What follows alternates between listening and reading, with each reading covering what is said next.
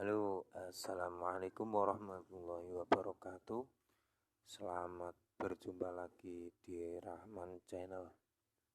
Kali ini saya akan membahas mengenai FB Pro. Kemarin saya melihat mengikuti teman-teman konten kreator FB Pro yang sedang melakukan live streaming. Dan di situ membahas mengenai interaksi daripada Facebook Pro. Sebenarnya interaksi itu juga penting, tetapi yang lebih penting lagi adalah kita bagaimana fokus dengan membuat konten di FB Pro, bukan fokus ke arah mencari interaksi. Interaksi akan terbangun otomatis ketika kita membuat konten itu sendiri. Seperti halnya kita bisa melihat di sini, saya ada melihat sebuah postingan dari teman kita.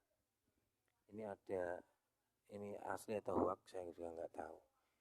Ini ada impresi 90 hari. Impresinya menaik 100%. Kemudian interaksi 100%. Tayangan video 100%, naik 100% semuanya. Ini dengan kinerja seperti ini dari pengikut hanya 23. Ini sangat mungkin karena dilihat dari postingan awalnya dia. Awalnya mungkin dia naik 100% dari video yang dia ini. Kalau saya lihat di dashboard saya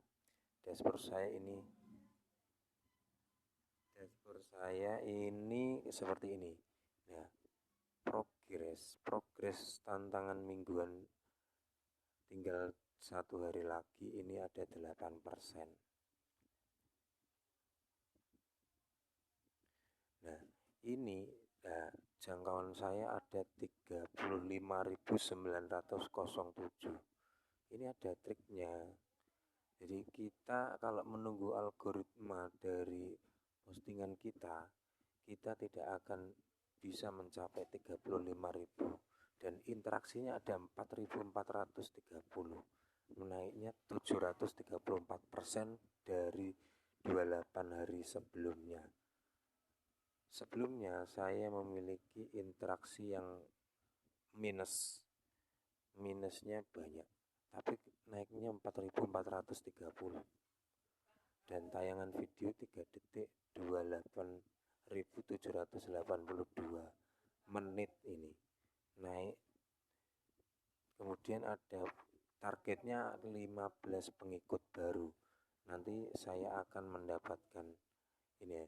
Pengikut neto itu adalah orang yang mengikuti dalam reel kita. Tapi kalau pengikutnya atas dasar saling follow itu tidak masuk pengikut neto. Yang saya lihat di grup-grup konten kreator pemula itu mereka saling support untuk saling follow itu sangat tidak saya sarankan. Karena kenapa? Merupakan kesehatan akun kita nanti akan kacau karena pengikut neto itu muncul karena terpaksa, sehingga nanti interaksinya juga akan merah dan jangkauannya juga merah. Karena apa? Itu ukurannya ada di konten kita. Nah, untuk konten yang berkualitas, bukan berarti konten yang kita upload dengan teknologi bagus dan kualitasnya tinggi, gambarnya jernih, enggak seperti itu.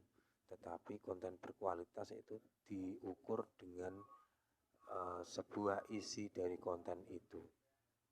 Kalau konten kita tidak berkualitas, bukan berarti kontennya jelek, kemudian banyak yang menghina, tetapi kontennya itu lebih ke sesuatu hal yang bagi ketika orang menonton itu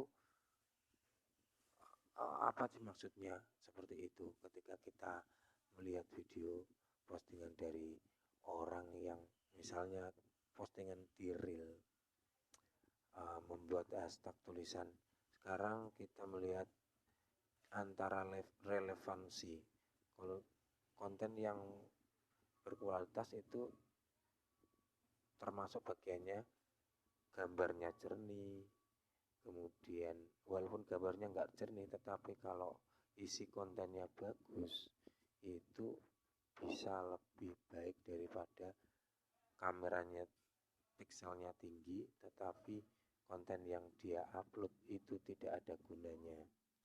Misalkan kalau joget-joget tentang apa gitu, video musik. Nah, untuk video yang memiliki durasi pendek itu jarang sekali disisipi iklan. Kalaupun disisipi iklan itu hasilnya juga kecil sekali. Karena apa?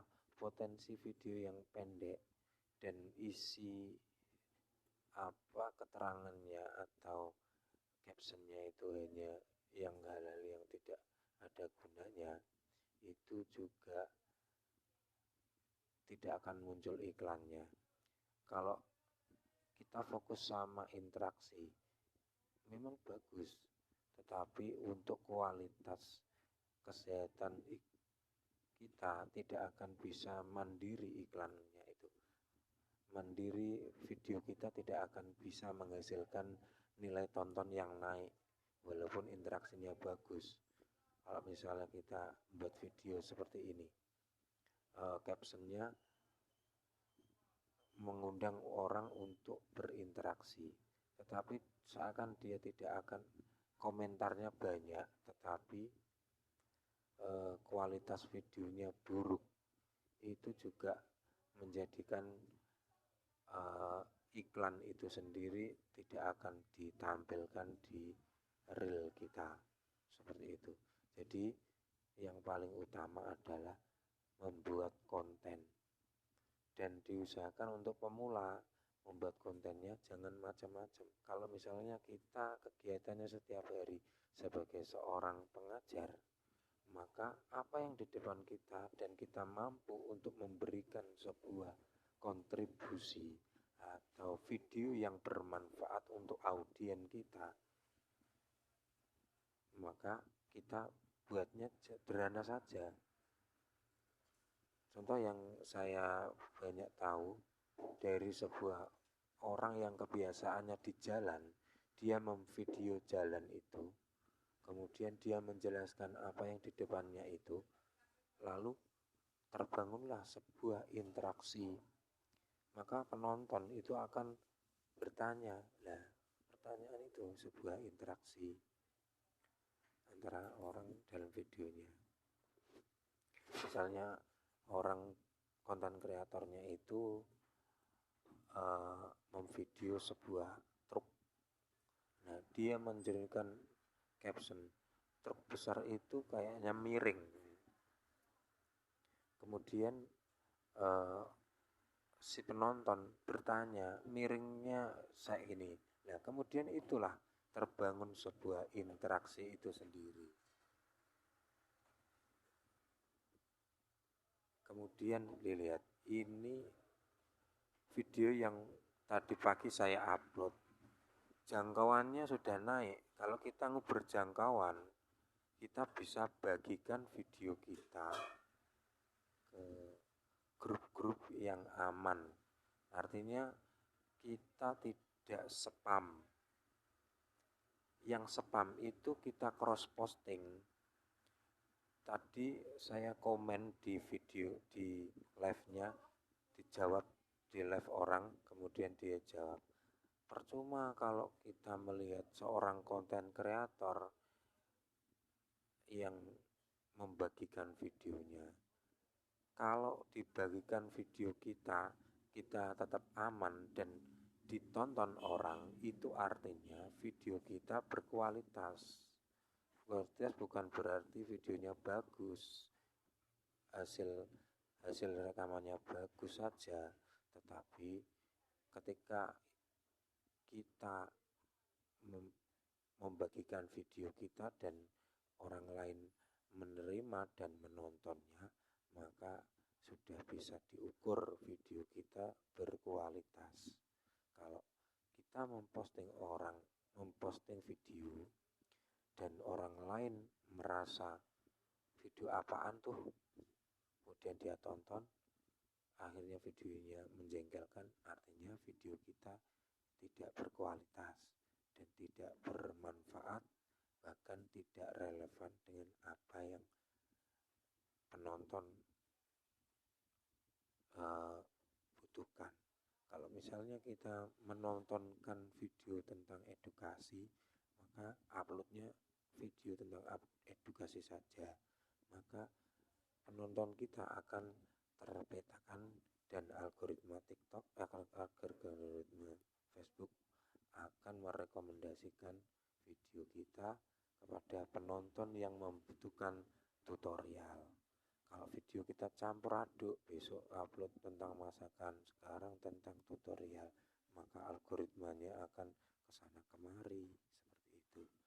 Nah, jadi kesimpulannya adalah kita harus fokus sama kualitas video, seperti itu. Kualitas video itu bisa diukur dari ketika kita upload, orang akan memberikan like, bukan atas dasar orangnya berharap interaksi, seperti itu. Nah, kita lanjut ke video yang lainnya. Terima kasih.